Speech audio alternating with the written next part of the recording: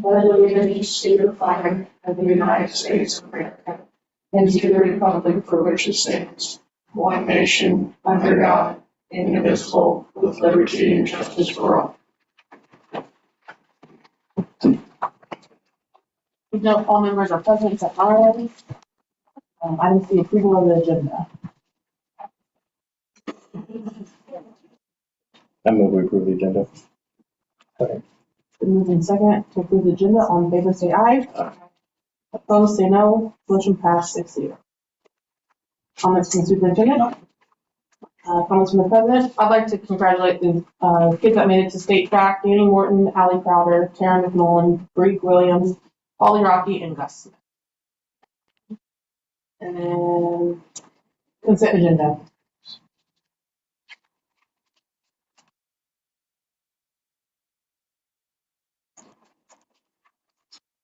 Question? Move we approve the consent agenda. Been moved in second to approve the consent agenda. All in favor, say aye. Aye. Opposed, say no. Motion passed 6-0. Comments from the public? None. Item 8, proposed calendar change. Okay, I can just bring this on you, so I'll try to give you a little bit of advance notice of some things we need to do. So you have a couple documents. One is the one is the calendar you already adopted, and then you get the other one next to it. So there's some notes that I put on that other document. Hopefully you can read my hieroglyphics. Nonetheless, I will certainly go through that with you. The first thing to notice is on August 4, that was kind of inadvertently left on as an enrollment date. We are doing that. If you recall, we talked at some point last fall that we have where everybody shows up. All our people that are here do it online. Many of our new folks, a lot of our new folks do need help in person wise, but we feel a better way to do that is simply we will have an advertised throughout the summer.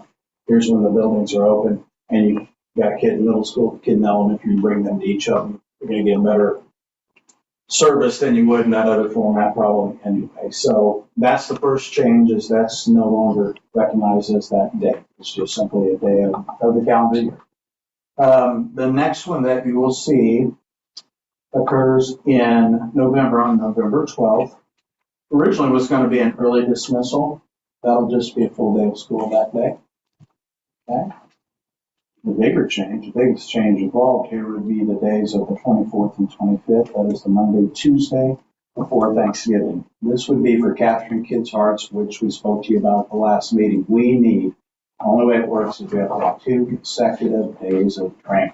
Now that's hard to get in. 2 consecutive. That's the way they do it. That's the model.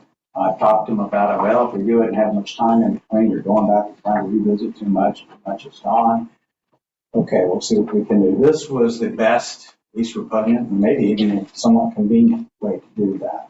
I say convenient because if we look at our attendance, Monday and Tuesday of Thanksgiving, it's not wonderful anyway, so we do have a lot of families who leave then. So if you're a family and a student, it'll feel like a Thanksgiving break of 1 week. And then they have the Monday. Yeah, so, yeah. The following Monday. So,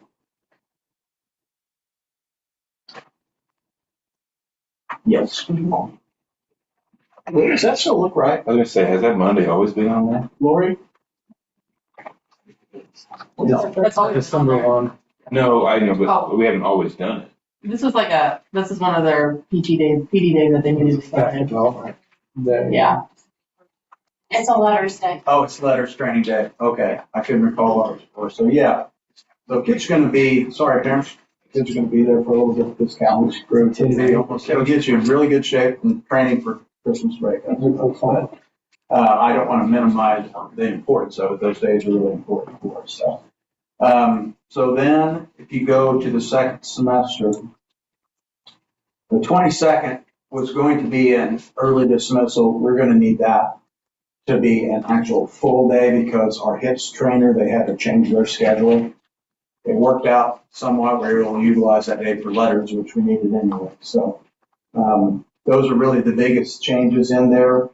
what does that do to our required hours? We're still within it, and we will be, if you can tell me that we will not have a terrible winter, weather-wise, that we have to cancel school. I will tell you, if we have a winter identical to what we had last year, we can find ourselves making up a day. That's just the reality of the situation. So I think that's probably the way you kind of think about that, is it does bring that into play. We barely made it last year, but we had, I want to say 8 school days that we missed due to weather, which is more than that. So I don't know that I can predict it any more than that, but that's what it will do as far as the impact. Those days are really important. That's the only way we can do our training for capturing kids' hearts. We still have to have our letters training day that we talked about before. And we've got the last section of HIPS. So we'll be done with HIPS. Yeah, we'll be done with that. We'll be doing those trainings. So, but anyway, I would ask that you, first of all, are there any questions? I've given you some notes. Yeah, I think it's pretty much what I just said. Yeah, we'll advertise the new calendar. If it's approved, we'll just probably put that out this week, put it out a few more times.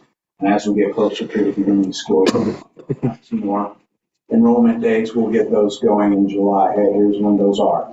So we want to make that available to our new girls coming in. There's still sometimes people have questions, especially if they're new. They're going to have questions. Bus, we also have to think about nursing. And that's actually done on a building level basis anyway. And then bus driving, which is a district thing, but I've visited with Jim about it. We'll simply provide information. There's a way that they email. So anybody who is new to the district who's within our bus routes, or anybody who's moved to an area that is now, they were in town, now they're out in the country, anything like that, we'll have a way for them to notify and get, Jim will get in touch with them and get that arranged. So I think we've thought of all that. Any questions? Yes. I move to approve the amended calendar for the 25-26 school year as presented. Moving second to amended calendar for the 25-26 school year. All in favor, say aye. Aye. Opposed, say no. Motion passes. Next up, we have ELA resource adoption. Lori's back there. She visited with you about the materials. I think there was one slight change, but don't worry, it's not a bad change. Lori, what do you have to add? Yes, on the Imagine Learning, that quote will be roughly $1,000 more than the one that you had last month. Because So the quote that I presented to you last month just had 1 year's worth of consumables for grades 3, 4, and 5. That was a mistake on Imagine Learning's part. And so that difference was approximately $24,000. We weren't going to do that. And so I talked to them. They're very, very good with customer service. Lindsay's been very good to work with. And so they agreed to provide all 5 years worth of consumables for grades 3, 4, and 5 for roughly an additional $1,000 on our quote. So we will get 350 copies for grades 3, 4, and 5. So it's about what it worked out to once. with our math, consumables, but that license was just 1 year, and every year we have to read it. And it's been that way with workbooks, things like that for forever. That's So the this only is actually a change. lot better deal. The other two are as presented. So, but it doesn't change what they are. The materials are the same. It's just the dollar amounts a bit different. Is that kind of the definition of consumable? Yeah, pretty much. Well, unless you didn't do your work. Yeah, there you go. So we're at a point ready to approve.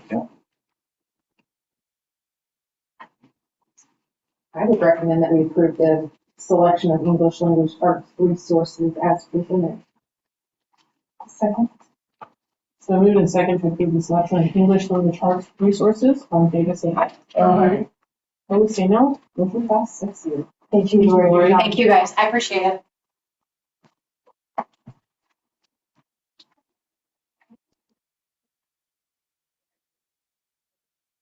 Close fiscal year. All right, we are that time of year getting close. So Levi could probably answer anything. He's plugged in the numbers that are going to need to be transferred over to carry into the next budget. You'll see those in front of you. So we're going to ask that you grant the authority to close the fiscal year, including transfers of $1,202,521 to at-risk from the general fund and $330,435 to at-risk from the LOB, and $2,984 to bilingual, or Levi says to bilingual. That should be from the LOB. From the LOB, thank you. To bilingual from the LOB, and then authorize me to close the fiscal year. So moved. It's been moved in second to authorize the superintendent to close the fiscal year. All in favor, say aye. Aye. Opposed, say no. Motion passed 6-0. Building handbooks. So we do have two of our principals here. Kylie could not be here tonight. I will tell you that her handbook is identical as to what it was last year with one exception. And that has to do with there's a change in the acceptable use policy. And that is to include assessing damages for damaged keyboards. You know, we've talked about screens, but it's interesting what happens to keyboards.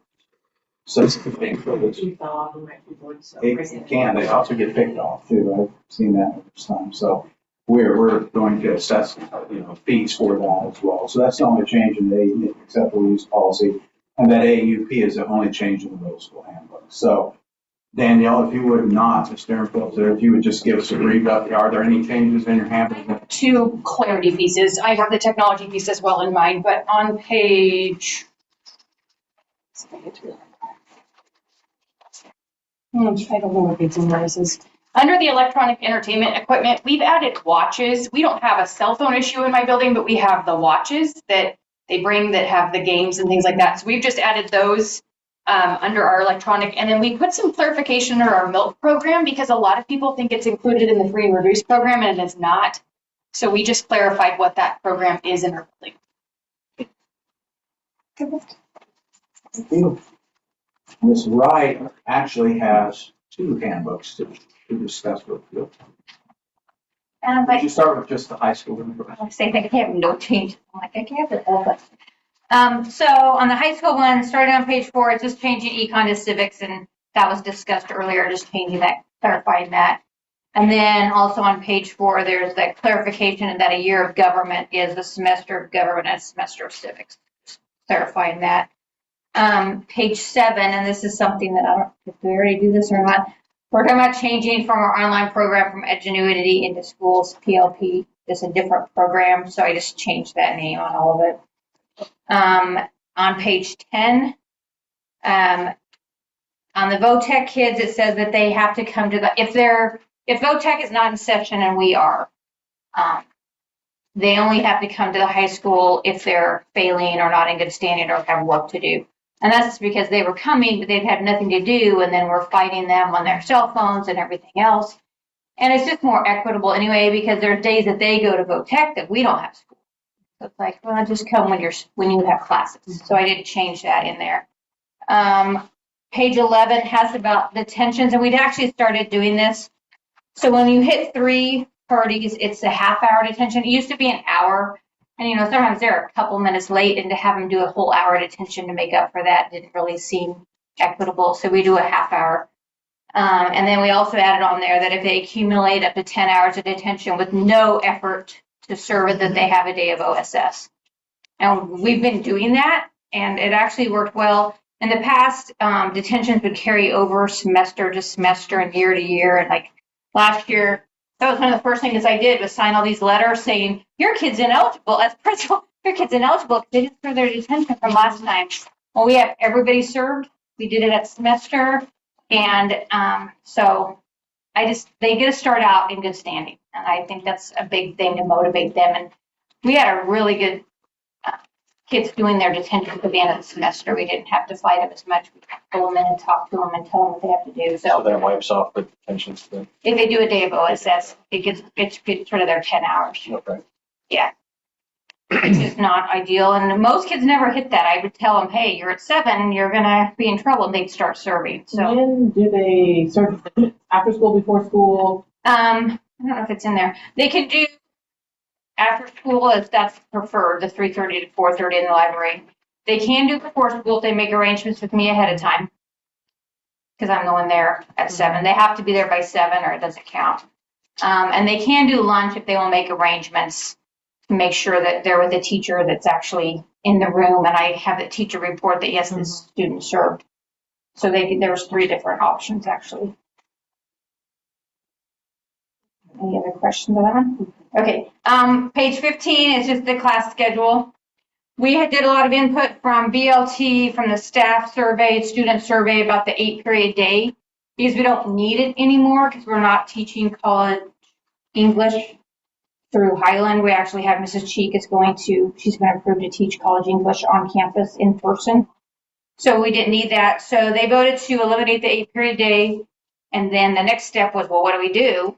And so it was 8 days will be Mondays and Wednesdays, Tuesday, Thursdays will be B days, and then Friday will rotate between A and B. And they did that a year ago. I think that was one of the ones they did before the 8-period day was added in. And that was the most popular, I guess, or most what teachers wanted. And then we also are combining guided studies and advisory at the end of the day instead of at the lunchtime. Because we had some issues with guided studies being used effectively. So we're going to combine that, and that'll have all of our MTSS, SEL, career lessons, clubs, and activities kind of all in that time at the end of the day. On page 16, it's just about eligibility, and we actually changed this just this year because we were starting to run it on Wednesday mornings. It used to be on Monday mornings. Well, what had happened was we have JV football game on a Monday night. Ben was busy, didn't get eligibility out till noon or 1 o'clock, and this kid can't go to the JV football game. And now we don't have enough players for the JV football game. So since there's no real activities on Wednesdays, we run it on Wednesday, and that way kids have time to find out, coaches have time to know who's going to be eligible for even a Thursday ball game. And then if they're ineligible, it's from Wednesday through the next Tuesday. So it's still a week, but it starts on Wednesday and goes to Tuesday.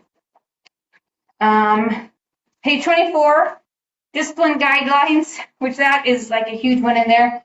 And and Ben can talk about this also, is we were just really wanting a little more direction so we're consistent and so kids know ahead of time what the consequences are.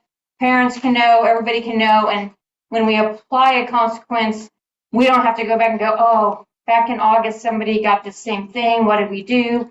It's a guidelines on there. And there's still leeway, so we can assess, as administrators can assess the severity and give some leeway. Instead of the 1 day, we can give 3 days if it's more serious.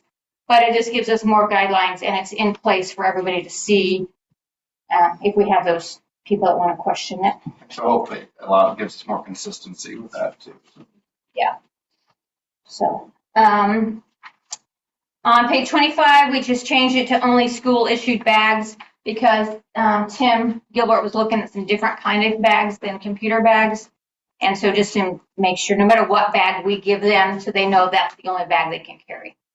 He was looking at maybe some backpacks instead of the computer bags, which they gave a lot more. They were the same price, and they give a lot more protection for the Chromebooks because they actually had that Chromebook pocket and a padding and stuff.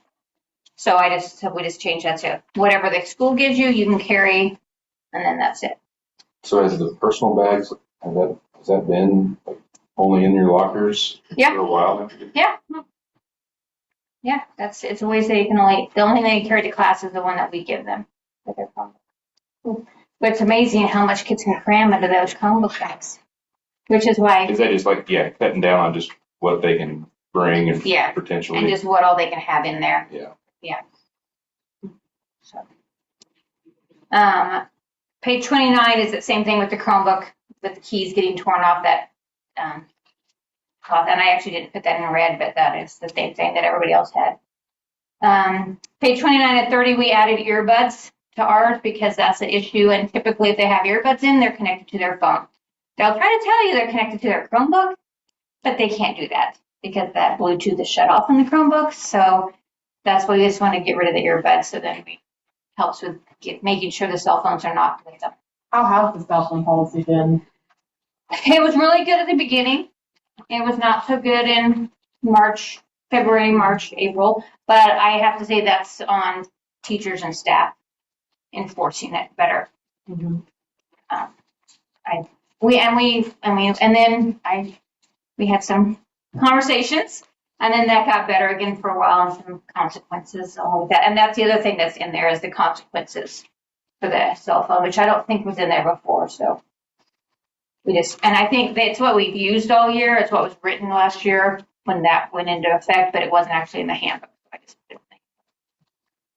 So, and that's the only thing on the high school one is all those things. That's the only things. The alternative. The alternative one, I actually made no changes from when I presented it to you guys, when I presented about the alternative, other than changing the program from Edgenuity to school SPLP. It's still the same as what I showed to you when we talked about the alternative. Really, the program. difference, as I see it, on the difference between those two platforms. Edgenuity, if they had videos, there were long videos, and at the end there was the learning and response. PLP seems to break that up more. Attention span wise, that's better. Learning wise, that's more sound. So, And you can't skip the videos as easily as you could in Edgenuity and just try to, on the Edgenuity, you can just go to the whole big questions and never do the videos. And so, like, if you didn't get, well, you still have. Maybe you didn't learn anything. But School SP, yeah, I think 5-10 minutes is the really longest ones. Most of them are around 2 to 3. And then there's a set of questions right after it, that video. And so it is more interactive, and the videos are more than Edgenuity. I'd be a video skipper just like. Me too. Yeah, I would too. But So on the alternative school, you have one here that they have to apply. When will you start taking those applications or figuring out how many kids will be in there, or who's going to be in there? I already have 2 or 3, 2 for sure, 3 sets of parents that we've already talked to, but I don't have the application completely done. So, yeah, I have 2 for sure are going to start there. And then they can go in at any time throughout the school year or Yes. out. Yeah, well, semesters when they come out Okay. is really, but they could go in at any time. Mhm. Yeah. do you have a forecasted number you think you'll start the year with? To start the year, probably maybe 4 or 5. It's really would be a big, like I said, I've got 3 that are pretty sure already, 2 for definite. And part of that's going to depend on summer school, who else I encourage to go based on if they get credits made up during summer school. And some of them are coming and some of them aren't. So How many do you have in the high school summer school? there was last week's average was about 15 showing up every day, which is really high numbers, I think, based on what I've heard. We had 1 student finish today. Actually worked really hard. Yeah, just to clarify that, it's credit recovery. That is totally, yeah. It's Edgenuity credit recovery. They worked really hard and took stuff home, and then just would come back and do the quizzes and tests in person, and she finished semester. Good. So, but yeah, we have 16 showing up. Wow. How many teachers are there helping? Just Mr. Jasper. Because they're all on Edgenuity, so they fit in pretty well and they work and just do their thing. And they know, and the other thing I think that's helped maybe is because we're changing programs. I mean, I have told them June 26th and you're done. We're getting rid of Edgenuity, you're done, and you're either getting credit or you're not. So it's kind of kicked them in gear to get it done so that they don't do, 75% of a class and then get nothing out of it. You have to complete it to get credit, so. Okay. Yeah, there's no action with that. HHS desktops.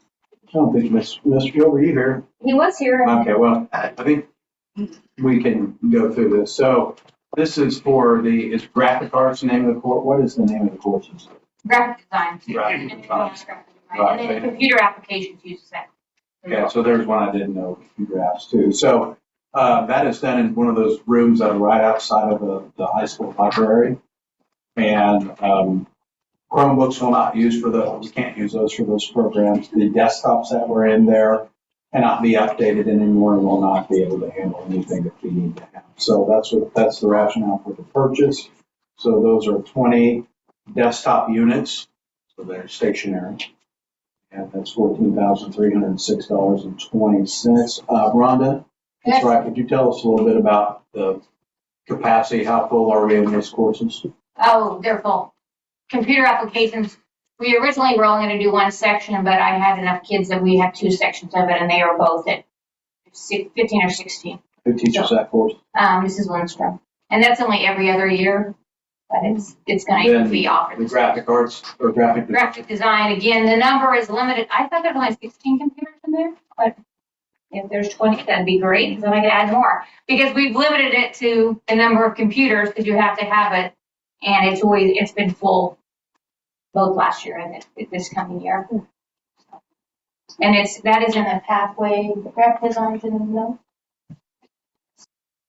Oh, was that computer science? It does. It counts as our computer Computer science, science. which is a statutory requirement for the state. Well, I move to approve the bid as presented then. Move the second to approve the bid on K-12 computer quotes. That K-12 KTC.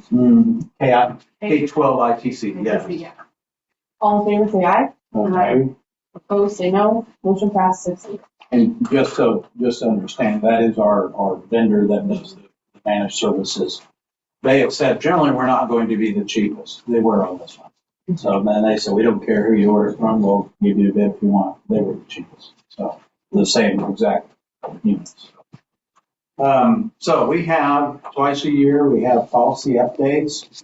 I'm going to try to kind of walk you through each of these a little bit, but you've got a document there. Just know that if you need any more specifics beyond this, we're going to act on this today anyway. It will be in July. Please let me know if there's any other information you need. But some of these are due to new statutes. So the first one, board committees, you'll have to adopt that anyway. There's a little lack of clarity exactly what that means. And one of the clear things that's really not been defined is what constitutes a committee of the board.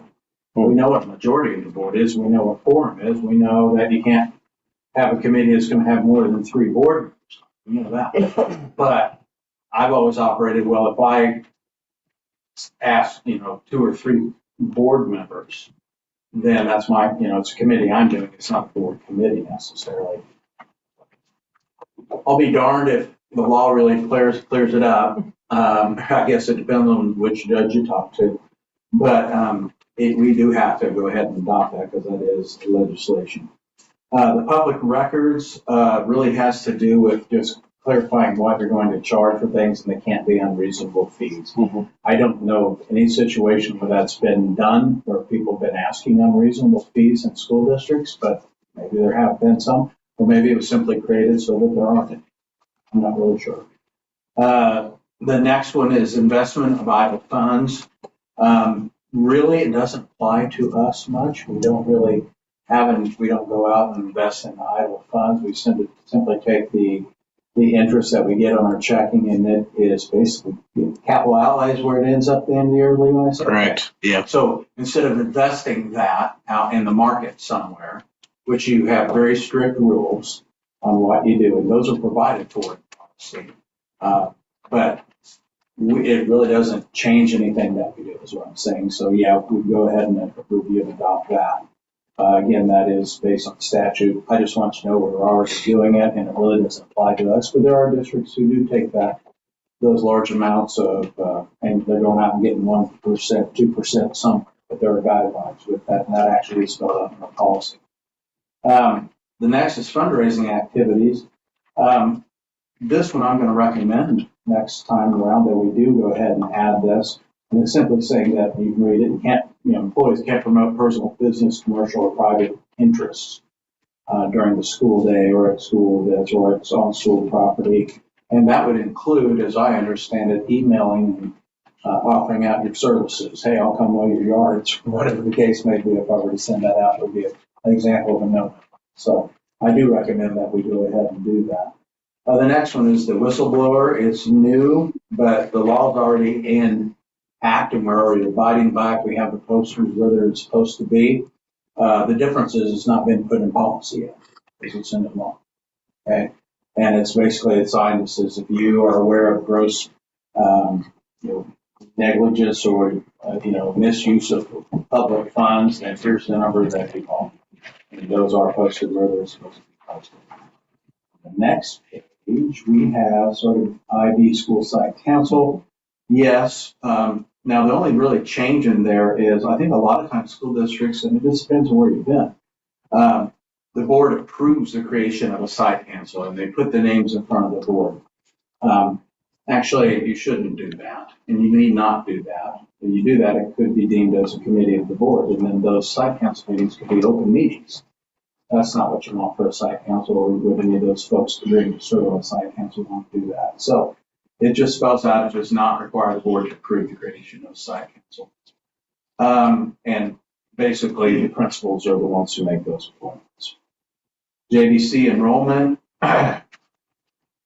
it doesn't apply to us as military students, but the next two are that way. They're laws, so we do need to go ahead and adopt those. It just does not impact us very often.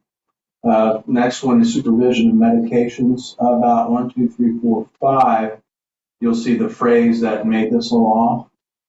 And medications to minors commonly used with gender transitioning. So that is a law that you cannot do that. So we have to adopt that. It's not been happening here, but maybe it has some. Student activities revised. Really, it's old news for us. We know that we can't restrict somebody simply based on the fact that they are a homeschool student. Media relations. All right. We do that. First of all, interestingly enough, KSB says, we know you don't have to live stream this meetings. We've been doing this since COVID. We continue, chose to keep doing that. KSB Legal has actually advised maybe that wasn't a good idea. I don't really quite get that. But really, if you are going to do it, then if you start a meeting, all the open session has to be in that meeting. You can't just say, hey, after this section here, we're going to just turn the cameras on. You can't do that. If you're live streaming one of your meetings, it needs to be the entire open part of that. I think that goes without saying this, but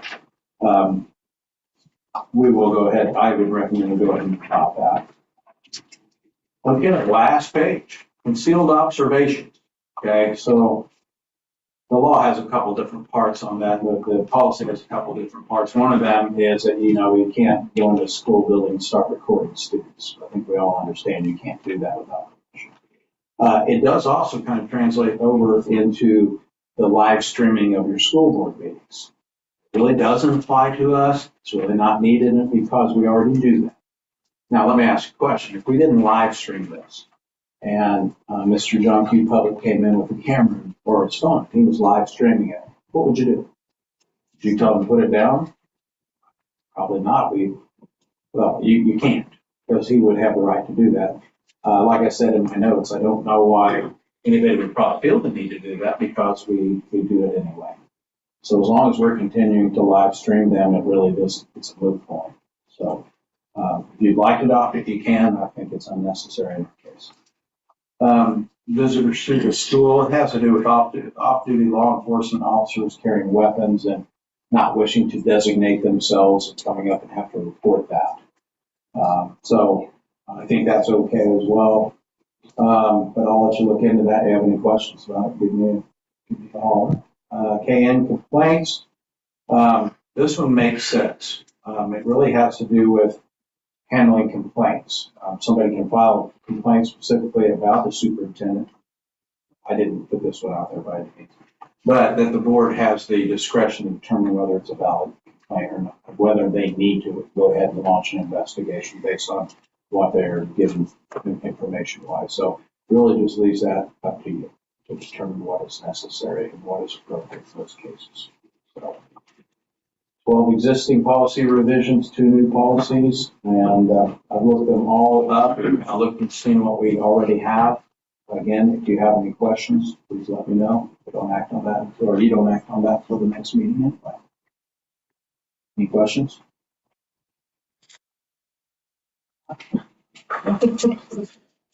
Item N, the purchase. Okay.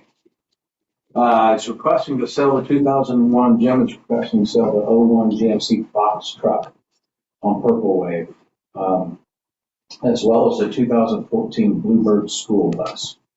So, I don't know if Matt No. has Bluebird in the fleet, Don't but, need it. That's sold. so the box truck is like one of the old Ryder U-Haul type of trucks. It is really old, it's beat, it's got a lot of mechanical issues, probably driving price down the Purple Wave as a steep. The 2014 Bluebird school bus is the one that he feels is most able to be done away with at this point. So, one, permission to sell those. His plan would be on Purple Wave. And then two, the other item is the van, and there's a document there that kind of goes through the justification and a lot more.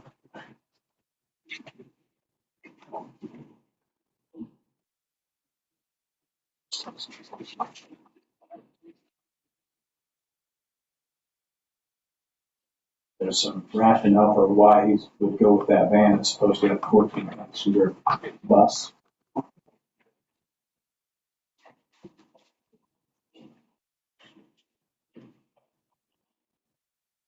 The second page is the So it's any driver of a 14 passenger, but they don't need a CDL, but they have to have. They need everything but the CDL. Driving, safety needs, okay. Yeah, it just, So that 14 passenger it's a distance. bus would limit us on who's Yeah. available to Yeah. actually use it. So our better option, and that's actually a good idea, in my opinion, to get another van because everybody can drive it. Yeah. What is a 10 passenger uplift? 5,000. Yeah, where did you see it? Oh, on the. I need to get it right. Oh, You wanna borrow my glasses? I have an appointment Thursday. I do that. Upfit. Well, I can see what's getting up too. But it's bigger, I'm not sure what an upfit is. We're at the Google machine here. Not really sure what is an upfit. I'm sure it's some sort of a modification that has to be done so that it can have 10 passengers. It is a charge to upfit to accommodate 10 passengers, referring to the cost of modifying a vehicle seat Hmm. to make structural changes and incorporating. And just so you know, any of our vehicles, we go through the state bid side, and sometimes it might be Shawnee Bush Ford, sometimes it might be a dealer down Wichita, it's kind of wherever the best fit through the state is. How soon do they? Well, if I understand what he said correctly, if he knows within the next week, we should get it sometime mid-first semester. That's open. Cutoff date is the 13th of this month. And say it again? Cutoff date to order is June 13th. Like, we order now, get a year later, or? No, I believe we'd have it sometime this first semester. But you understand how good that work has been, anything we've ordered. I mean, buses, they've never been here on time. Never. I don't think any vehicle we've ever ordered has been here on time. No, probably not. Can't think of one.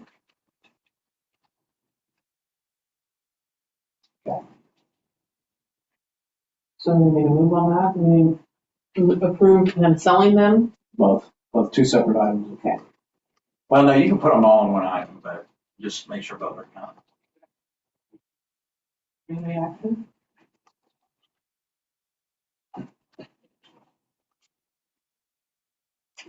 Sell it. I moved to sell the box truck in this 2014 school bus on Purple Wave. But I want to talk about it again. Yeah, let's, okay. We'll do So, that. Somebody I moved to sell them, and it's been seconded by Mitch. moved in second to sell the 2001 GMC box truck and 2014 Bluebird school bus on Purple Wave. All in favor, say aye. Aye. Opposed, say no. Motion passed 6-0. So that would put us, if I'm reading right here, and Mr. Ferris, if you're watching, I wish you were here. That would put us at 4 10-passenger vans and 1 mini. And 111. So we have 5 vans. So we'd have 5 big vans and one minivan. We haven't started all of that.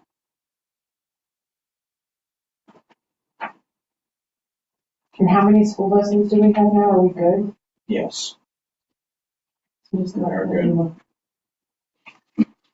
We have to put a new fuel tank on bus 11. No, not bus 11, bus 4. Put a new fuel tank on bus 4. Okay. And all 6 of these vans, nobody needs anything but a valid driver's license. Yes.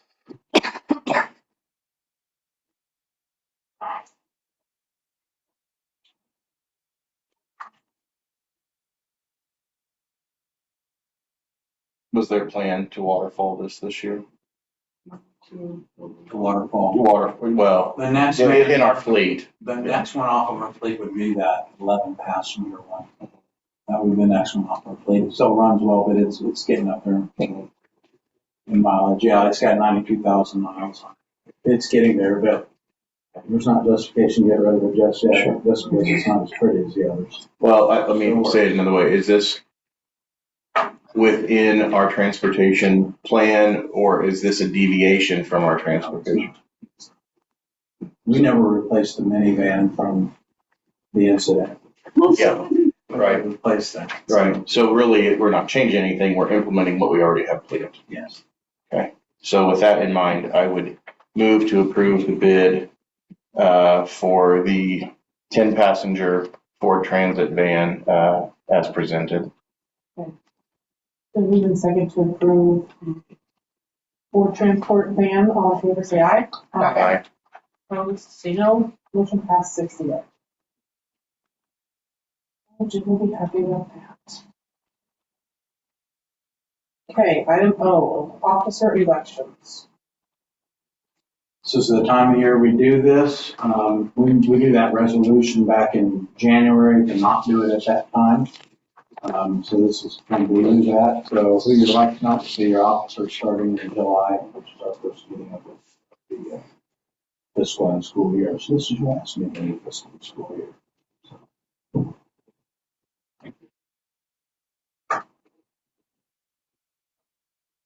So typically, we've always done it for 2 years, each position.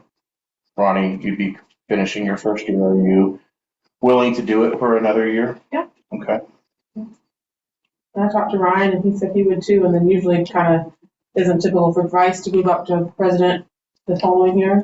Yeah, typically, and then the president falls off, and then you select a new vice president, which is kind of nice because it gives them a chance to learn the process. There is a lot more that goes on with officer role than just a standard board member role before that they're sitting in the driver's seat. So We only have, but in the time I've been here, we've had one VP who did not move up, and that was Jim because he moved, yeah. Yeah. Yeah. So, well, I would like to support Ronnie for the position. Again, I do have a concern that I want to share, though. So last year, when we got to the budget part, I know that our officers have a lot to do with the budget that is presented. They're a part of that, and I felt that what was brought out to the table was very excessive as far as the impact on residential property and what the impact would be on our patrons. And when we discussed it, both of the officers pretty much stood firm on it. Lonnie knows this has been a contentious point between he and I for a number of years. I give him a pass on it because he looks at it strictly through the prism of what's best for the district. I would expect from our board and from our leadership especially to account for the concerns of the patrons as well as the district, and to bring that to balance. And what I would ask is that unless there is a clear and necessary and unavoidable need for us to have, an extra exorbitant tax increase, which we know we're up against because of valuations, that you would commit to bringing advocacy for the patrons and limiting the tax increase before we ever get to the point where we have to argue at the table, because the officers are a part of that process with Levi and Lonnie as well. I feel like in our position, we are to do what is best for the school, our patrons, everybody who votes for us. And if that might be having to raise the mill, that's what it is. Well, so I'm not saying we don't raise the tax. I'm saying that we limit how much we raise it in a given Yeah, year. I'm not gonna, because I don't know what the top is. What'd you say, 8 one time? We're not gonna go shoot for the stars. Well, we historically went 6. Yeah. Or I don't know how long that's been. Right. Longer than probably you or anybody, you know. There's always been 6. We went down, we've been coming back. Where we end up? 5.25, I think, is where it's at. And that was the bone of contention last year, whether to go to 6. But see, the mill rate is, I mean. It's part of it. It's only one piece of the formulation. And my point is that we have to consider what the impact is. The mill rate doesn't mean anything without the valuation aspect. And the budget that was presented last year initially would have been a double-digit increase on the average homeowner. And to me, that's a non-starter. To me, that is turning a blind eye to the impact of our patrons, especially considering that valuations have done this year upon year upon year. And so, we'll debate that again then, but I'm not going to give de facto support to it if I know that those type of increases are on the table. I mean, so we're selecting our leadership, and that is something that I just wanted to be explicit about, because I know how much officers are involved in it. So, and again, there's special circumstances, but just because we have a lot of expenses, that's not a specific and defined necessity. So I guess what I would be looking for is some assurances from you that, well, first of all, that double-digit increases are off the table. Well, if we're gonna already go up this year, even if we don't do an increase, taxes are going. That's right. So I didn't say no increase. I said limit, cap the increase. The state legislature didn't do us any favors when they failed to pass the cap on how much they can go up from year to year. And that has left us, and you guys are going to get to hear all about this again from me in July and August, but that's left us with this disproportionate, because one half of our tax base is buffered and has been flat by sale prices, buffered by formulation, and the other half has gone up a lot. So for us to have a mild increase in our discretionary budget, somebody has to bear the brunt of that. And that's been, 20-30% increases on residential property in the last few years. And that's just not sustainable. I want a commitment from our board, and that starts with the leadership, that we have to live within our means, just like our patrons have to live within our means. And that may not be putting everything that we want on the table just because we can and because we have the force of law behind it when we do it. So, but at the end of the day, we each have a vote. So, I mean, does it matter who's president, vice president? Yeah, it sure does, because they have a lot to do with the crafting of the budget that's presented. Honestly, well, but then we didn't can have that much last year. I don't know. I can only speak for the 7 of the last 10 years that I was there, 12 years that I was in the officership, and we had input a lot. So, and I also know how much you both championed that then when it came out here. So, but then we were able to discuss it as a board, and we each had our own vote. So, I mean, it's not like they've got 2 votes because, or, not like Ronnie has 2 votes because she's president and can. I mean, we each have a vote. So I guess that's why I thought last year I thought it was good that we were able to sit around and discuss it and not just have it stifled from the get-go. I mean, I thought it was good to just put it on the table. And well, if that's the case, then we should just define the budget at the table, I guess, rather than, so if there's no value to what they do in chambers, when they formulate this, then we can just hash it out from scratch here. So I do think that there's value for that. I think that what has come, and this is just from my experience, I think that what comes out to the table is already 51% to passing. Because that's the basis. You're not going to redefine everything while you're out here. You may make some small adjustments and so forth. So I mean, and that's in principle on basically knowing that perspective is brought into the conversation where the budget is formulated in the first place. And like you said, we all have our own votes. I'm just not going to endorse leadership that doesn't show me that those are their concerns, part of their concerns. It is a concern of mine. We're all taxpayers. We're landowners. We have a lot of land that we don't want to pay taxes on that, but we do. Yes, we complain every year when it goes up. Mm-hmm. Land value has gone down the last couple of years, Mm-hmm. so we don't have to pay as much tax. But we have to remember, we are here for our students. We are here for the district. We are here for the staff. We are here for our patrons. We can't just, like the elementary school with the whole HVAC and stuff. Do we want to have to do another bond to fix that? Why don't we build up our capital outlay so we don't have to have a bond to fix that kind of stuff? Well, I mean, I hear that. But I don't think that we should exceed it, go up to 8 or whatever it is. We might need to go up to 6. Mm-hmm.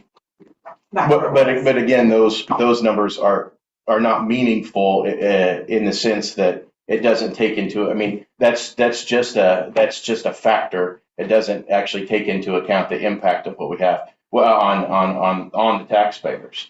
What I'm saying is that I would expect a limit to be put on how much is philosophically reasonable to pass on to our patrons. An exact number? Because I don't. Well, I can give you one. We could start by. No, I don't think we should do that. Well, we can start by saying that a double-digit tax increase is not reasonable. That should be a non-starter. That should never make it out of the committee. If you go as far as that, I mean, 3 to 5% year over year is reasonable. Beyond that, I would argue, and I'd argue at the table, that there needs to be an obvious stated need to go above and beyond something like that is that you can swallow year over year over year. But yeah, I mean, getting into double digits. When it came out last year, it was in double digits on 99% of the patrons, and I showed you guys the math. And in fact, what was most concerning to me was when we presented it and said this is what the impact on the average homeowner is. There wasn't really any desire to negotiate further on it. It was like, this is what it is. This is what we need. And so forth. So I didn't feel like that advocacy was part of what was going on in there, and I want to make sure that it is. I mean, if you tell me it is. But I definitely, if a 10% plus increase to the taxpayer, and this isn't 6 mils or 8 mils or whatever, but a 10% on average, I had asked for these numbers ahead of time. I'm assuming that we're still in the same boat that we were in last year, where it's a huge disproportionate thing. But if that's on the table, then that answers my question. Putting an exact number on it, no. I think what's reasonable is like 5%, but because it's sustainable. I think we ended up with 9 and something last year, which is rough for a single year.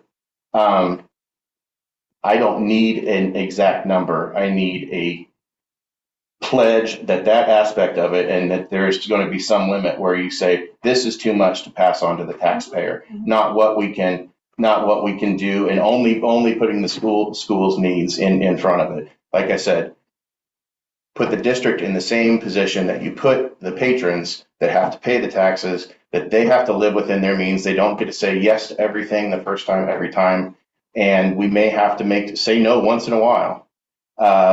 But we've got to advocate for them. That's one of the reasons that we're elected. I didn't see that last year. That's making a bigger deal out of it than I even necessarily wanted to, but I wouldn't feel right just saying, let's do this all over again, knowing what we've got coming up in a month without addressing it. So that's my piece. And if you say you'll do it, I'll take you at your word. I'll do the best we can. Like I don't want to be a burden on everybody's taxpayers. Yes, taxes are going up and it's ridiculous. But we also have to remember that we're here to make sure the school's running properly. Yeah. Okay. Then I will nominate Ronnie Tegens for another year as president. Moved and second to nominate Ronnie as president. All in favor, say aye. Aye. Aye. Opposed, say no. Motion passed. Do I put myself in that? 6 years. I'd like to nominate Ryan as vice. Second. It's moved and second to nominate Ryan as vice. All in favor, say aye. Aye. Opposed, say no. Motion passed 6-0. Superintendent's report. Okay. I'm gonna ask Mr. Wright to step up and join us for a little bit here. Following up on a lot of surface level issues, pun intended. So, Tim, I'll let you take it away. Okay. I think I know the order you guys have it in. I have concrete repair So first. I've got concrete repair first on them too, so we're good. All right. We went back and I've got some additional bids on concrete from a total of 3 different vendors. Each of them I walked around and showed them the exact same areas that we wanted to have redone. So they should be fairly close as far as the location and the square footage and all that. Our bid number, I have numbered 1 through 3. So our bid number 1 was approximately $47,435 for all the areas that we had included. Our bid number 2 came up at $38,784. And then bid number 3, the contractor has said that they will bill us only for the materials, and they wanted to donate their labor to the process. And that bid came in at $19,501. So I can go over the areas that we were talking about if you want me to. And We you kind of covered it put last time. each vendor to each location and does this. There is some slight variances in what the vendors did present. If you look at their individual bids, I think a couple of them are for 5 inches deep and one of them is for 4 inches deep. So there is some slight variances. Which there's one also was the some- 4-inch one? Just That would be contractor number 3. okay. Now the 4-inch area, is that anything that there's vehicles on or anything like that? Or is that The only part that could possibly be would be that sidewalk that runs along the front of the high school. but it's a sidewalk? It's a sidewalk, but people do occasionally drive on it, yes. The big area would be their elementary coming out and towards the playground area, right? Correct, yeah, that's, Vehicles there. there's like four areas that would be cut out that are bad, and then there's one long area right against the building, from the 1st and 2nd grade hallways would be adjacent to that. And that was approximately, I think, 120 feet by 16. And I suppose in some emergency situation, maybe a repair vehicle could have to go back there for some reason, but that's not full-time parking. So that being said, do you feel like 4 inches would be suitable? I do, yes, for non-parking areas where you're not. And, a little bit of you're concrete. traveling. Yeah, it's pretty standard for sidewalks. I mean, probably, yeah. And in that situation, because it's primarily a sidewalk. It would be, yeah, you're right, yeah. And then you also have to figure the speed of the vehicle that's moving across it and so forth as well, when you figure thickness. So that doesn't concern me at all. Do you folks wish to move forward with the concrete bid?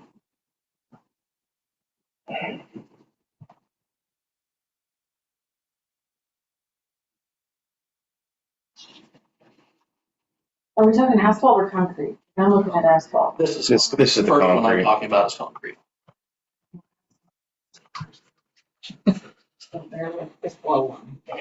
They've had this done by school. Everybody that I talked to said they should be able to get this done by the 1st. I'm looking at the low bid first, and just seeing if there's anything that, stands out, why it would be any different. The major difference is that they're waiving the labor. The labor. So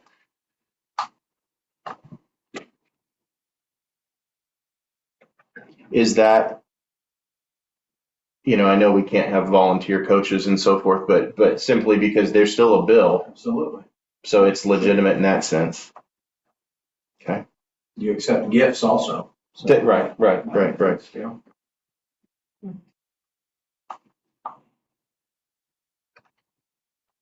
The only thing that concerns me is there is differences in how concrete is done.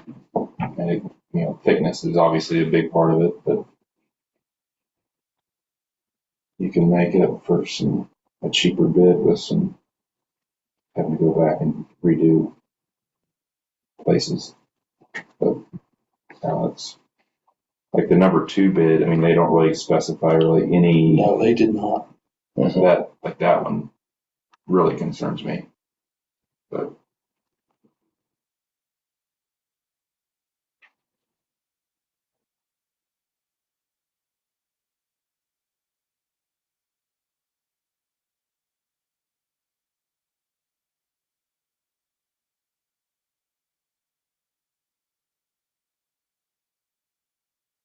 I'm not going to name names of any of them, but I have seen some of the work that the number 3 has done, and it looks pretty good from what I've seen. They're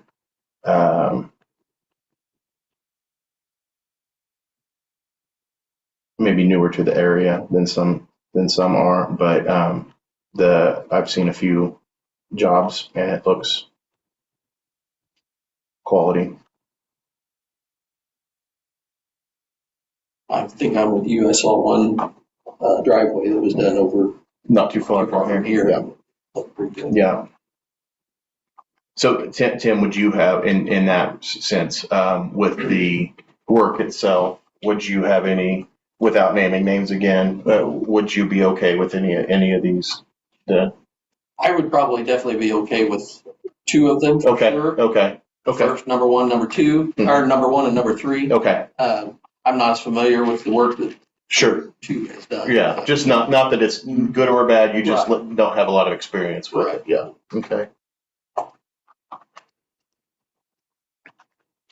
Well, just from a discussion standpoint, I would be inclined to take advantage of that.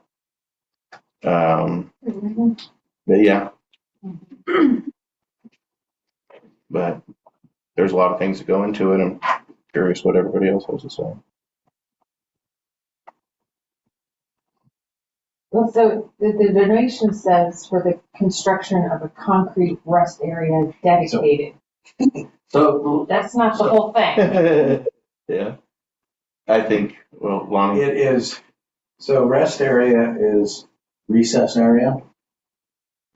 Okay, but so they're donating the labor to the recess area, not the rest of the. It's- I clarified with the contractor this morning, and it's for all the areas.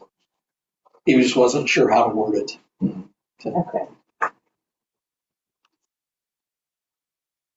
So the 19501, they would bill us. Does encompass the entire scope of the project. Correct. Yeah. I feel maybe do that number 3, just they're here in the community, they're, Have children that go to school. they're being very present in the community. And if you saw their work and you thought it was quality, then. Yeah, not Vicky. Yeah, right. Yeah. So I'll champion that. I would, if I can find the total. Okay, thank you. I would move to approve the bid for concrete work at our facilities for $19,501. And after, if it's approved, then leave out announce that one. Okay. Second. It's been moved and seconded to the concrete bid for $19,501 with the BB Brothers. BB Brothers. It hasn't been approved yet. Well, You might want to. With the, not the materials.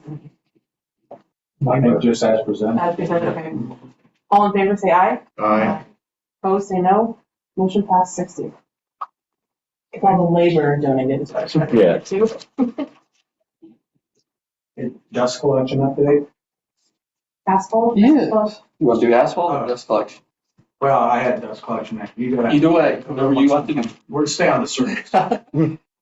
Well, first off, the resurfacing of the middle school parking lot is scheduled for July 14th through the 16th. You guys have pre-approved, you approved that at the last meeting.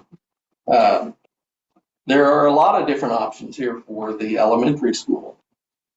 Hopefully not too confusing, I'm sorry. I have numbered as option 1, 1B, 2, 2B, option 3, and option 4. So option 1 is a chip seal coat, two coats, and that was for $38,000. That's the one that I presented at the last meeting. I think it was asked then, what would it cost to do an asphalt overlay? So I went back and got some bids. That bid number 1B is for a 2.5-inch overlay of hot mix asphalt. And that was for $132,600. With striping. With striping, yes. So moving on to option 2, this was from a different vendor than was presented last time. And this is the same 2 coats of chip and then chip seal, was $44,800.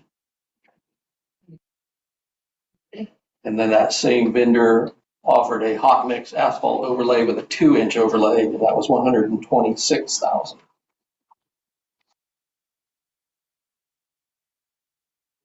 And then option number 3, this company does not do the chip and seal. So this particular bid is for an asphalt overlay, and it's double the amount that was on the others. Is a 4-inch overlay, which would probably be more appropriate than a 2-inch overlay if you were to do the asphalt. And that's $325,500.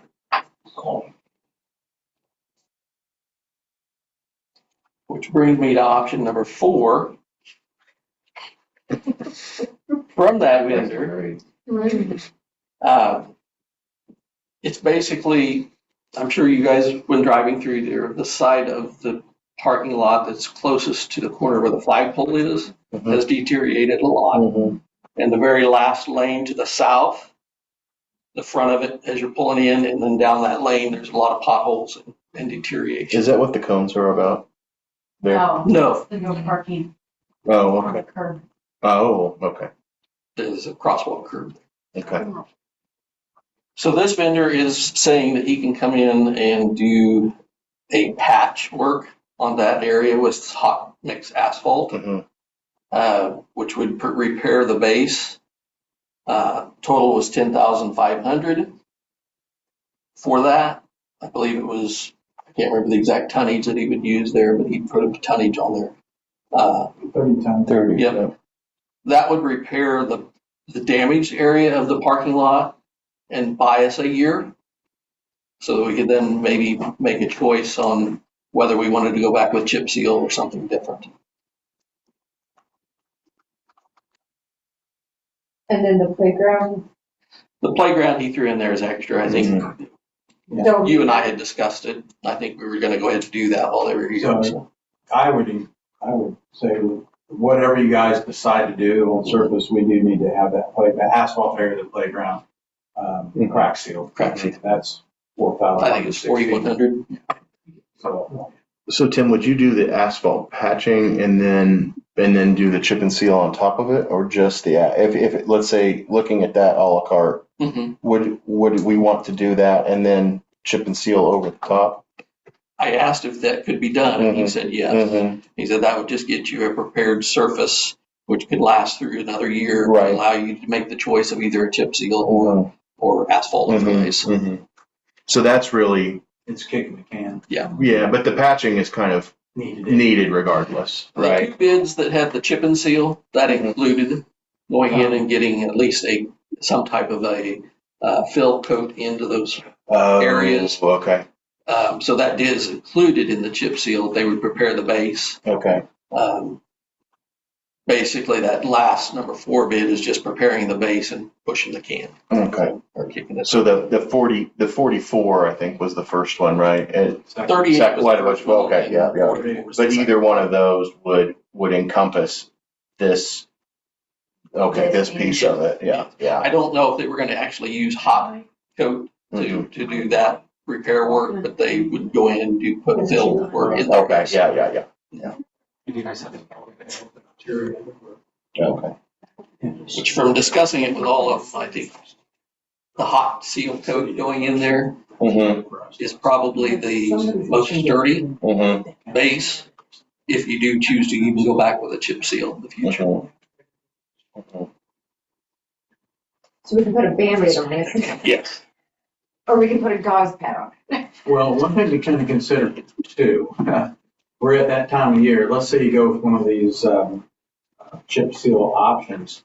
It's questionable as to whether or not you're gonna get that done before the school year starts. Mhm. Both of those vendors expressed that we're pushing this to our limit of getting it finished by school year. Fair to say if you just went with the path for this year, that will get done before the school year starts? That particular vendor It's gonna be here. is gonna be here anyway, Mm. and said that they could probably get it done while they're here.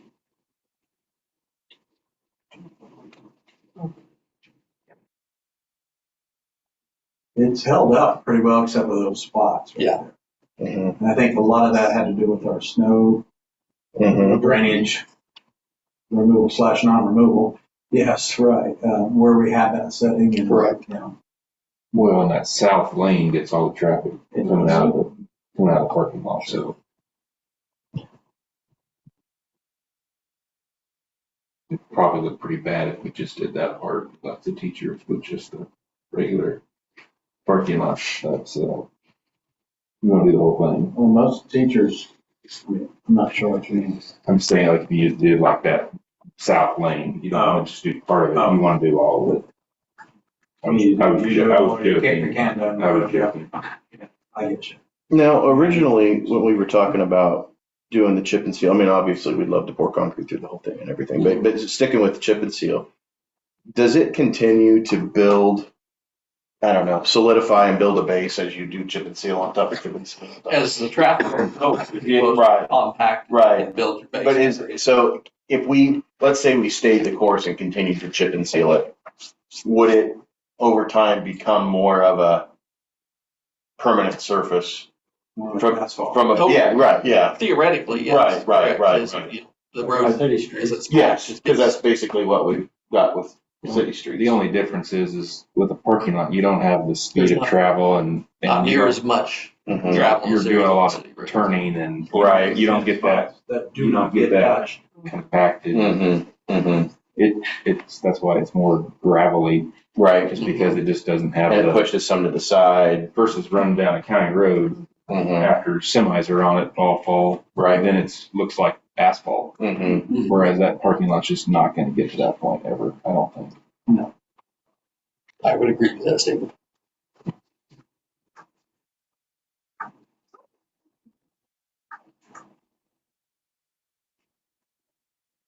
We fix that one area by the drop-off lane, and then somehow fix those potholes, just those few for this year, and then, That would be what your option number 4 is, Yeah. yes. yeah.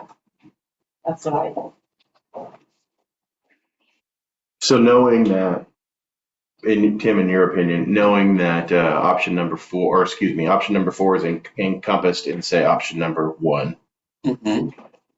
do you feel that there is added value to the benefit of the difference between the two? Where, so basically, okay, so you got everything in number 4 plus extra, and it's a higher amount.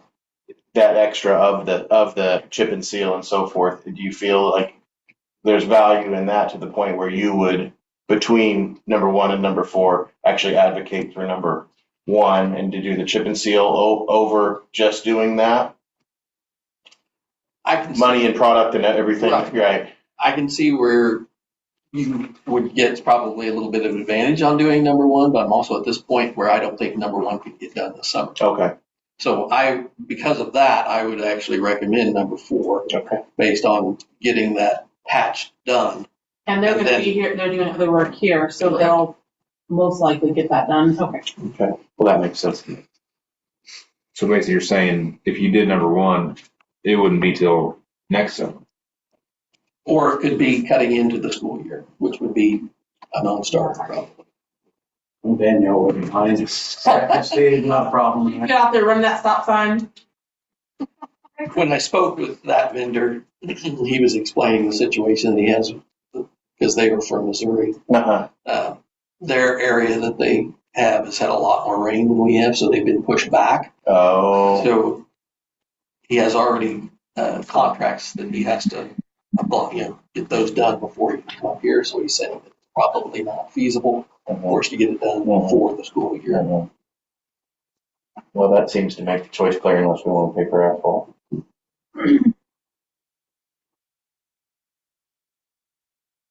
I don't like to kick the can down the road, but I move to accept bid number 4 as presented. I'll second it. Not the answers we wanted. I know, it's a lot higher than I expected. Considering that's what we paid for chip and seal 3 years ago.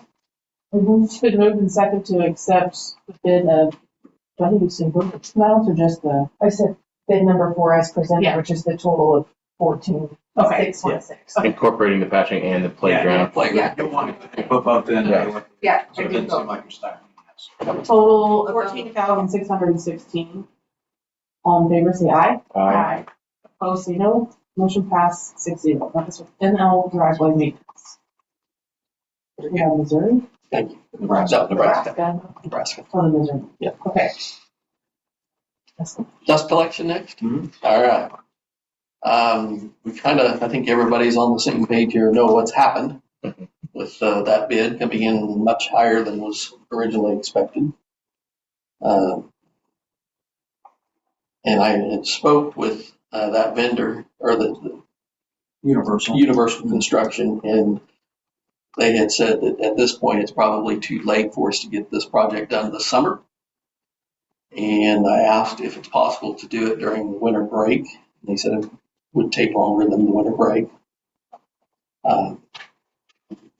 So they would say that this would probably have to be pushed till next summer if we do decide to do anything with it.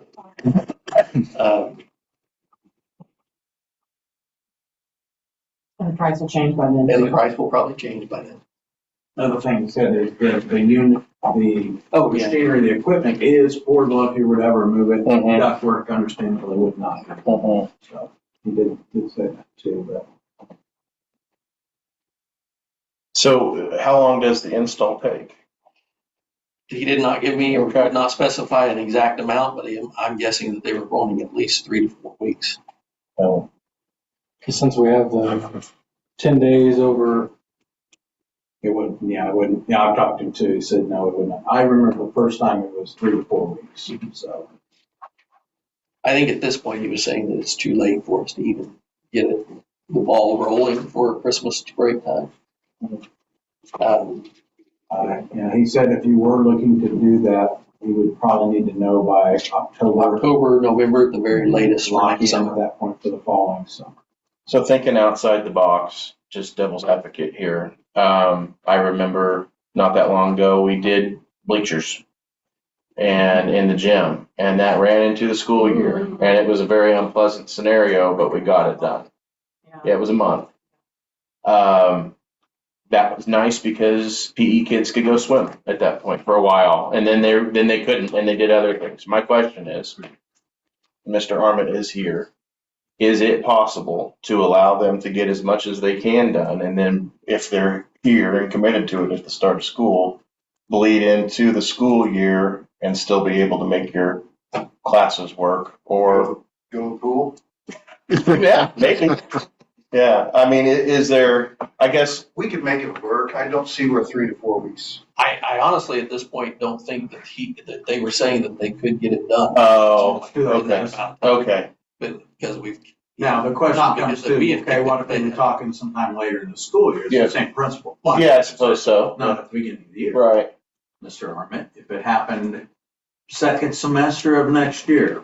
Just throwing this out. Second semester, you're looking at, if the concrete could be in place this fall, That's what I was wondering, because we have that 10-day stretch over Thanksgiving. if you have a pad in place, I don't see why, all your ducks in a row, I don't see why it could work, but I'm not in that line of work. Well, It's from a teaching yeah. perspective, can you take them out of where you're at and take them somewhere else for a month? We have worked in that environment multiple times with various intrusions. I can make it work. I think you're talking shutting a shop down that entire time, though. Wouldn't that be the logical? Well, there's alternates. If we can get this problem solved, we can make it work. It won't be videotapes and computers. It will be active, hands-on. We're gonna make it work. Put the kids to work, help them put up that work. And I'm ready. So with respect to Mr. Armott's opinion, I imagine maybe building administration, Mr. Mosier would want to have input on that and what that would look like and everything. Would that interfere with what the specifics of that would look like? Let's say it did happen sometime in the school year. Without committing to that and saying, oh, well, Mr. Armott says it's okay, so we're going to just disrupt his classroom or whatever. Can we go ahead and move forward with the project knowing that we might be able to insert it sometime earlier than summer? Does that change our action So here? if I'm hearing you say we want to move forward at your earliest possibility, then that is something we can go right back to them and have probably get you an answer very quickly. Yes. And I guess I would also, just for the sake of due diligence here, want to ask you if you support what Mr. Armott said as well, and we can make it work if we can get it done earlier. Here's what I want to do. No offense to Mr. Armott. I feel like this is right, Mr. Armott. Yeah. I would need to. Yeah, right. Him as well, and then I could certainly call Universal. We can call them. Well, and if we need to We can have call them tomorrow.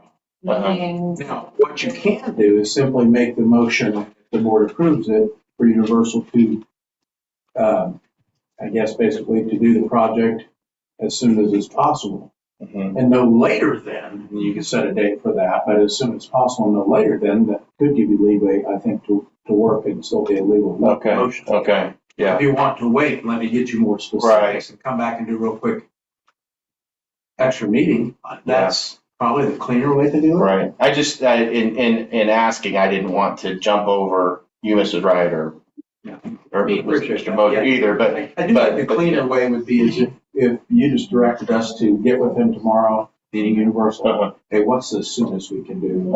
If we said, if I said the board gave you action tomorrow, meaning this Wednesday, when would you be able to get started? Yeah. And I can bring that to you and I can get in touch with each of you. And we can't lock it in right now for next summer, basically, because I think you could prices get it done. You're probably locking it in. Is what I'll ask that question. But earlier you do it, you're locking. Yes, sir. I understand what I'm saying is, can we approve it? Can we take action tonight without knowing the timeline? Yes, if you leave it as soon as possible. Okay. Then now understand if that dwindles on and I come back, it's still going to be, and that's you may be dissatisfied with whether as soon as possible. Ends up being. I feel better if we could give you a little bit of a. Okay. Well, but is that going to lock that price in? Well, the difference between that price, the original price, is probably not good anymore at this point in time anyway. So you're going to end up with a new price, but I'm betting you the new price a week from now is a lot less than the new price 6 months from now. right.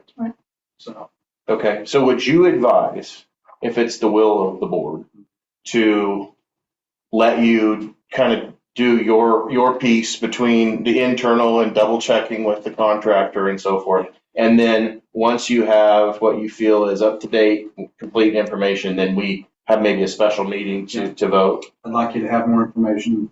I would feel more comfortable with that. Okay. And if they can give us a better, We can start at the end of September and be out of there by mid-October. Like if they could give us, hey, we'll start over Thanksgiving If break. they could use, I'm thinking, that's what I'm thinking, Thanksgiving break into Christmas If break. they give us a time, so that, again, the students need to have a plan. We've got to have a plan in place for them to have adequate places, or space and work to do. And so I would feel better with having some kind of like, 30, 45 day window that they say, yes, we can be there. Yes, we can get it done. This is our final price. Because if they come back with another $1 higher. Yeah. And then that way we've got a plan and you can prepare the kids too. Like, hey, we're going to be in here the first quarter, then we're going to go over there. The kids just do better knowing where they're going and what's going on. So we will, yep, we'll get on the phone with them tomorrow. Rhonda, I'll get in touch with you and Darren, and we'll find the time I want to get that information, and then we'll get with you and see that'd be step number 2, then back to the board for step 3. Okay? All right. You have a little side note on this dust collection system. In the meantime, not knowing when it was going to get done and still not knowing, we did purchase 2 portable dust collection systems, 2 Laguna 1.5 horsepower mobile systems that we can move around as needed. About the They're generator. on order, but Do we remember how much of that bid was ducting? I don't have that. I say I I don't know I just looked at if I it. have that information. I think I just have the totals. Which the low bid, I think, is what, approximately. Yeah, and then the cement work, try and maybe add that in with the other one. I will check with them and see if we can get a price on that for you too. We'll get that information to you. Generator updates, middle school. Generator update, the old one is out, the new one is in. It's 90% hooked up. We're waiting on a breaker that should be in this next week, and then they'll wrap everything up and we'll be up and going. And Danielle's favorite subject, the north trailer at the elementary school. I talked with the vendor that's going to be doing the demolition, and they thought it would be mid-July before they get in there. They'll have it out by the end of July. North one, Janky? Yeah, the north one. Well, Janky area. And we're going to, that is going to mean that we will probably get rid of some depth and things like that. I'm sorry, we do tend to accumulate, educators, we do tend to accumulate things, and we probably gives us reason to get rid of some things as well. So, what else do you have? And I've got the annex carpet electrical camera install is due. We'll start that in July after summer school's over. Get the annex up and running for. And you're going to remove the washer and dryer. The washer and dryer. I think we decided to leave the stove in its place because of just the gap that we created. What else we got? Sewer line at the elementary school. That will begin work on June 27th or June 30th. They expect to complete that within a week. So, Who's doing that again? Coons. Okay. And what else do I got? Oh, just a note of thanks to the Fairview 4-H Willing Workers Group. They came in and lubricated the seats in our auditorium at the high school. For the noise. They showed up and it's like, help me, like, we're here to de-squeak this chair. Like, you go for it. That's They all are bad. I think that it did some good, but I think that the spring mechanism in there that we can't get to is probably what's making most of the noise when you're sitting and scooping around. But it was very appreciated, and I think did something. So, with a special thanks to them for that. That's about all I got. Thank you, Mr. White. I'm actually having a couple things while Mr. White is giving that attention. Last year, I noticed so with the football season, only a couple months away, the scoreboard, especially the piece that displays the quarter, there was a couple of bulbs out there. Okay. I didn't know if we could take a look at that. And then during the middle school and high school track meets, I noticed that there were some issues with the audio. Some of the speakers, like when The middle school? During the track meet. during the track meets, like he would talk, there would be some garble-y. I mean, we had to, like, Had to put in a new amplifier. didn't we? yeah, moments before the high school one started, the amp blew. Yeah. We had a new one put in right before the middle school meet, and he was, yeah. I mean, I was at the middle school meet as a parent, I guess, but, and so I wasn't paying real close attention to it. But I know I didn't say anything about it, but, was he up? So it's like intermittent or? Well, yeah, it was just every once in a while. It was something that I just kind of noticed. And with, like I said, with the football season only a couple months ahead, maybe just look around, Test that. do a couple tests. Yeah, and the scoreboard is the LED things now. Yeah, so it's, They're not like a bulb, you can climb up there and. No. I think find out. So summer's a good time to take care of it before it becomes. I'll look into it. can you turn them on this here and Yeah, this week? Yeah, Okay, take a look. sure. And then one of the coaches asked if we could look at maybe repainting the goalposts. Thought that would be something maybe easy, not too much money, and brighten them up. Yeah. Sure thing. Were they doing something with the basketball floor again this time? The basketball floor is scheduled to be refinished, sanded down to refinished, and that's July 21 through 25, Oh, okay. both middle school and high So school. both of them. So will they have to repaint the logo and everything? No, that's It's just in the clear that stuff? must be Okay. sanded like the top, Okay, gotcha. not all the way down. This time. Yeah. Right. It has its maintenance schedule, yeah. Thank you for humoring me, Mr. White. You're welcome, sir. Thank you. Thank you, guys. Hey, good news on our kite is our insurance trust that we have with Blue Cross Blue Shield. You'll see there that instead of what we had last year, 11.4, I think, or something like that, increase, we have a 1.4% decrease. And that is And that's because our, good news. yeah. That's good food news for you. Well, it's food news, food for the heart. Food news. Good news. You know, it doesn't check, AI doesn't work so well on workplace, but, thank you for pointing this. I will tell you, Brown County or South Brown had a little less of a decrease, and then the interlocal had even a little bit less of a decrease. 0.3. Yeah, so basically flat or a decrease for the three entities in Brown County. So that's a good thing, that's because, we took it out to bid and we did RFPs, and apparently Blue Cross sharpened the pencil a little bit. So we feel good about it. I'm just going to remind you that 11.4 was your increase last year. So let's take that into account, so there's not so food, right? Summer school, abbreviated summer program at the elementary school, 35 students. How many teachers, Danielle, do we have there? 5? 3. Oh, 3, okay. So, and some para support, So we're running an abbreviated program there Mondays through Thursdays that will end at the end of the month.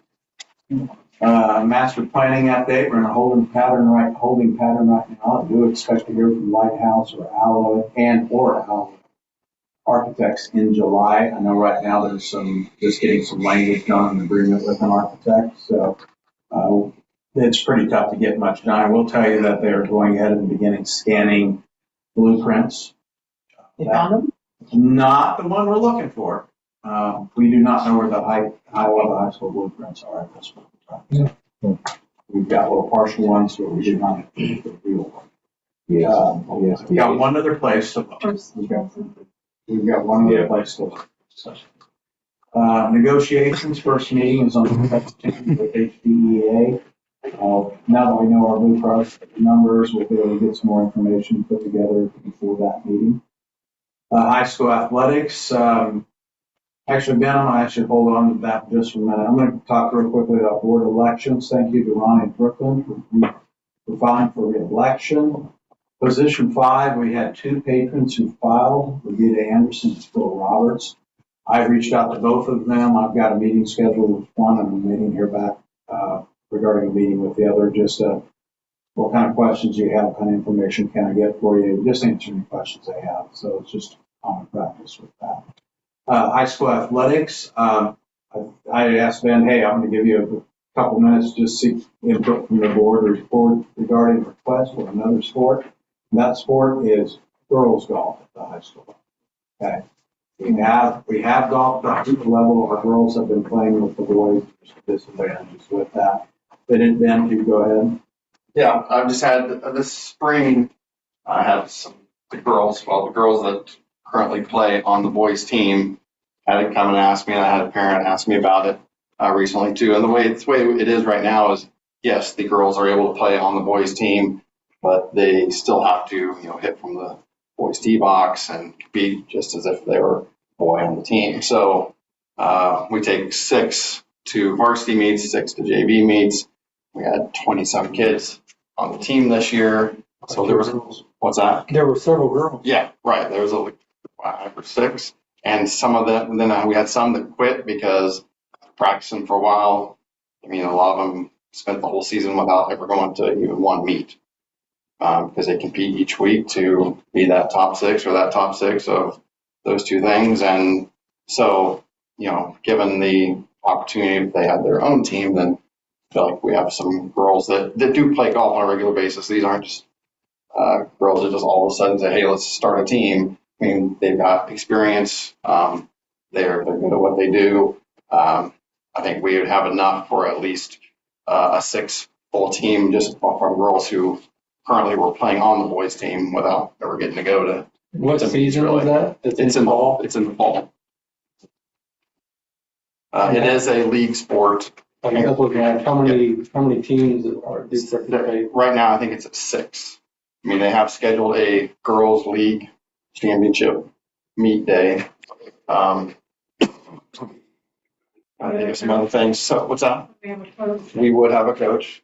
I mean, we could advertise for it, but I do have a person on staff or a teacher on staff who said they would do it if needed be. And would it take them away from volleyball or anything? Nope. That person does not coach anything during the fall right now. The pay for if we're talking financials, pay for golf is about 2% less than, I was just looking at the master agreement a little bit ago.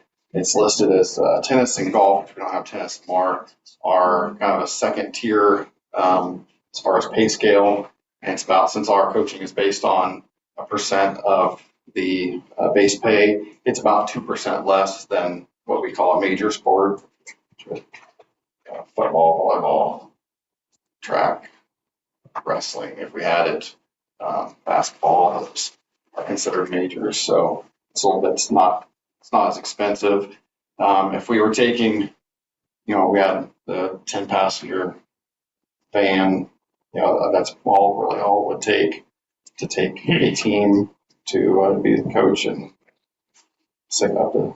Do we use those vans for any other activities in the fall? They wouldn't have golf meets on Friday, so it wouldn't conflict with football.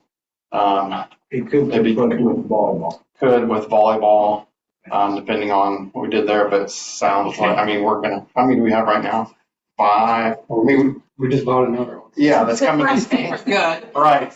So, volleyball never takes 4 vans anywhere. So even if we had, even if it took 1 and they did happen to play on the same day, that wouldn't be a problem there. I think we could get that figured out. Yeah. Would any of those girls? Got a CDL and Did you really? No, I said especially. Would any of those girls dual sport? Would they be able to play volleyball and golf? The way our policy is set up right They now. just have to choose a priority. Yes. Right. Right. There you go. Yeah, right. I see. So I don't know where we're at right now. I just want to get your feedback, or one way or the other, if you need more information from me, or. Is there a threshold for any sport? Like if there's only two girls that go out, Right, that's a good question. I mean, that's just Now up that's to a you little more guys. decision. Yeah, Think there's about no magic number that says, where is it? If we could fill out a whole team of 6, then I think, but then, like, if then we have 7, then do we have to have a JV? Is there a JV girls? yeah, I mean, I think you can always, but you would need, then you You'd hate to need, take this one. yeah, then you Travel. would hope to have at least 12, but maybe we can get up to that. I don't know. Right. And if that's the next step, you would like me to try to find out in the summer, some kind of interest, the best I can. I mean, that's, It's hard. yeah, right. Would this be for this fall? Yeah, it could be. I mean, I think would be pretty easy to get into, a team of 6 girls into a, So I think there were tournaments and 6, stuff. I think there were several that weren't seniors. Oh, yeah, right, yeah. Yeah, so. Yep.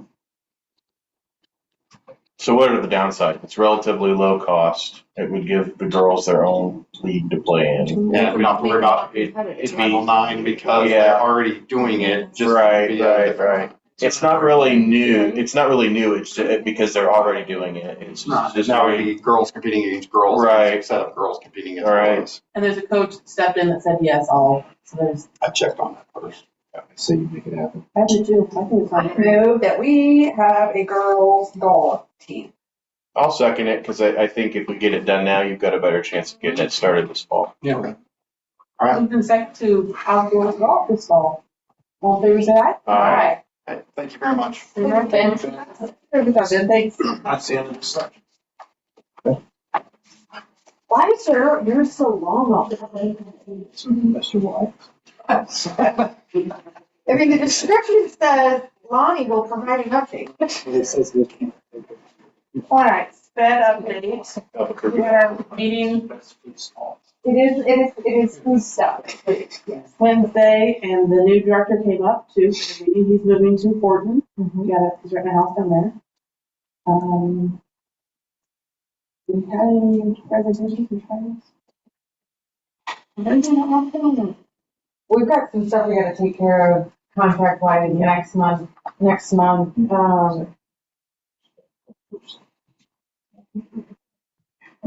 We do have openings for the MIS clerk that's been He's posted. doing interviews on that this week. We had a first, second grade teacher design from Hiawatha Elementary. Sled. Moving to that. I think you will have an opportunity to approve on it next. I'll put it out again that I would like to have someone join as a replacement for me on my position. We didn't designate, nobody volunteered for that last time, so I'll just continue. I did not make the last meeting. I will continue to ask for someone to step up, and we'll continue to fill the role as I can until that time. And there'll also be another position in December. Let's go put the new people on it. I know there's only one new person.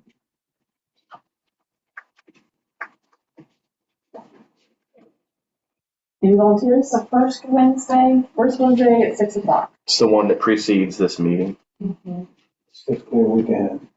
It's an hour's a long meeting, a really long meeting. So it might be different for the new director, I don't know. I don't know.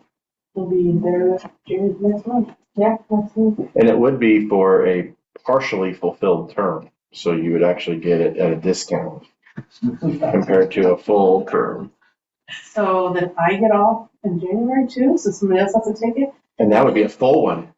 And See. then also, Jump now. whoever gets on has to be vice president. 'Cause Oh, they yeah. go I'm president now on there for 2 years, I'm done in January.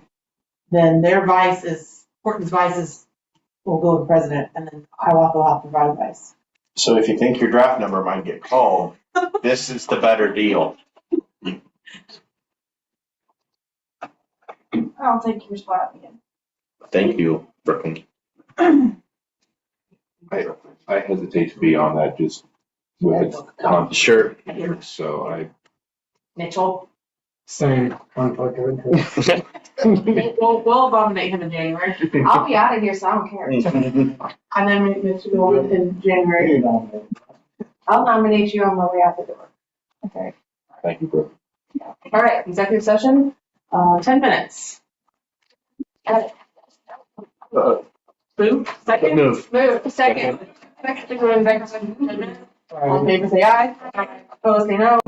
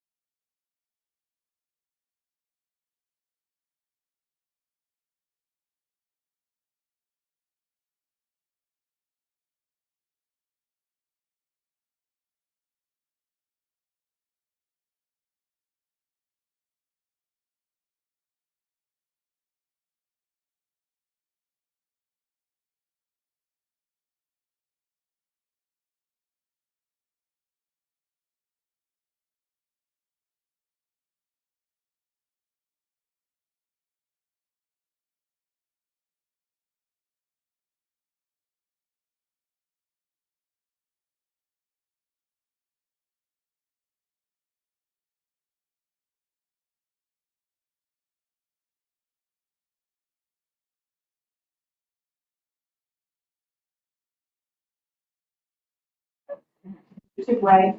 A little much, yeah. I mean, I am pretty loud, so. We were in executive session for 10 minutes. Is there any action following? Yes, I moved to accept the resignation of Cassandra Twombly, the student success liaison at HES. Moved in second to accept Sandra Twombly as APS resignation. All in favor, say aye. Aye. Opposed, say no. Motion passed 6-0. I moved to hire Emma Interkin as HES para for the 25-26 school year. Second.